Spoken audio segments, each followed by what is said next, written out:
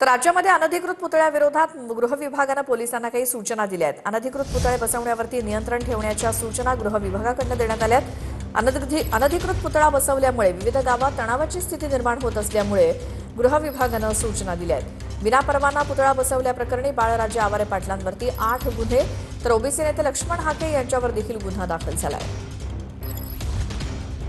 सोलापूर जिल्ह्यातील माढा तालुक्यातल्या अंजनगाव खेलोबा या गावामध्ये महापुरुषांचा पुतळा बसवल्यावरून 2 गट जे आहेत ते आमने सामने आलेले होते। या ठिकाणी गृह विभागाने कठोर पावलं उचलायला सुरुवात केलेली पाहायला मिळते।